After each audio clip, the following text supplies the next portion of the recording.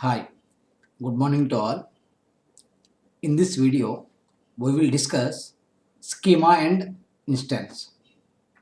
The overall description of a database is nothing but schema, and another way we can say that the overall structure of the database is nothing but schema.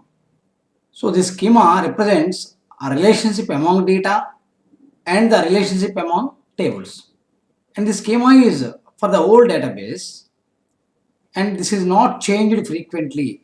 Once it is designed means we are not supposed to change the schema frequently. Let us consider the schema of university database. Suppose in this we have three tables. One is students, another one is courses, another one is enrolled.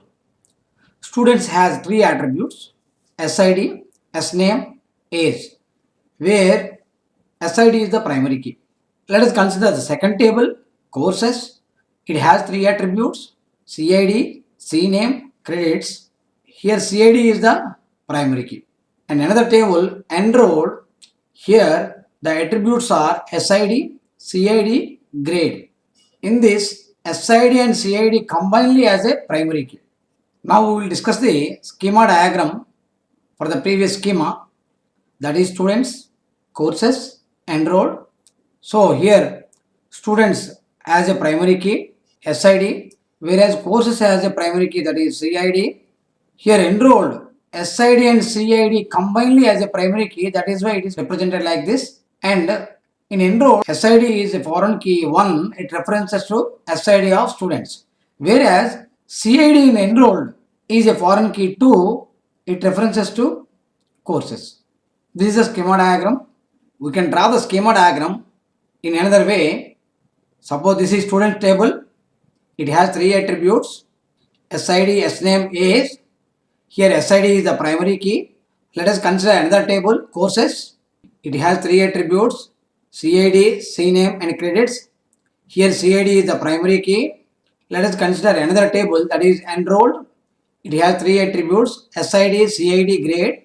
Here the primary key is combinedly with the two attributes SID, CID, and SID in enrolled is a foreign key that references to SID of students, and CID in enrolled, it is a foreign key, it references to CID of courses.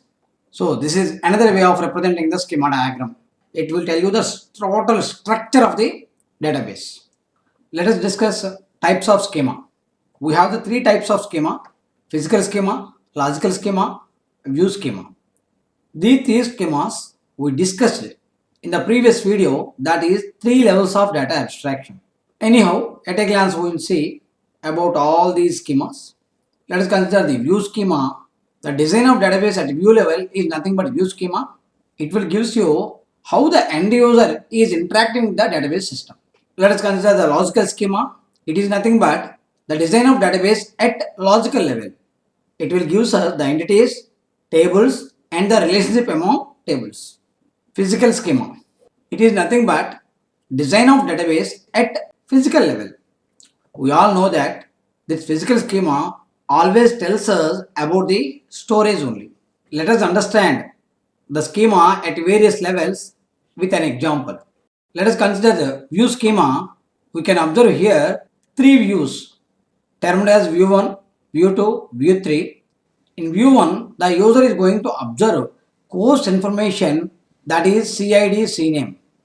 There is another attributes also there, that is credits, but he is interested in this part only. Let us see in view 2, the user wants to see the student information, that is SID, SNAME. Coming to view 3, the user want to see the enrolled information with SNAME and course name also. That means SID, SNAME, CID, CNAME. That means the various users, they want to see their view. Let us consider logical schema. Here we will get all the tables. For each table we have all the attributes mentioned here with its data type. Here you can see in this university database we have three tables, that are students, courses, enrolled.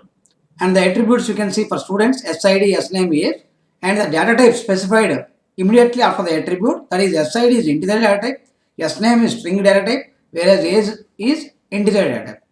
Let us come to the courses. It has three attributes: CID, CNAME creates. The data type of CID is integer. The data type of CNAME is string. The data type of credits is integer. Like enrolled. Already we observed that SID and CID are integers, whereas grade is string. So what you can observe here, the total university database, it has three tables and it has some list of attributes, and in that what is the primary key and what is the data type of each attribute, everything is specified here. That is the example for the logical schema. Coming to physical schema, it will tells you about how the data is relations or tables are stored as files in database, and what is the index mechanism you are using, what is the accessing method to access the data, where the exactly the database is stored. All these details comes under the physical schema. Let us discuss instance. The data stored at a particular moment in a database is called instance. Let us see here, we have two instances. Let us consider the instance 1 of student relation. It has total 60 records at a particular point of time. Let us consider today. Today the total number of students registered are, let us say, 60 students. Suppose another 60 students registered in the next day. If you check on that day, then the number of students may be 120. That means the number of records varies with respect to time. That is nothing but an instance. These instances can be changed by various operations like addition, deletion, updation. Finally, we need to summarize the schema and instance. For example, schema means what happens. Suppose if you consider a one table, here what happens, there are some attributes, am I right? Something like SID, SNAME, age. So it has no values, only structure we have. There are no values for this table. In the case of instance, we have some values for these attributes. That is the difference between the schema and the instance. That means simply we can say it declares attributes in tables. In case of instance, it has values for attributes at a moment of time.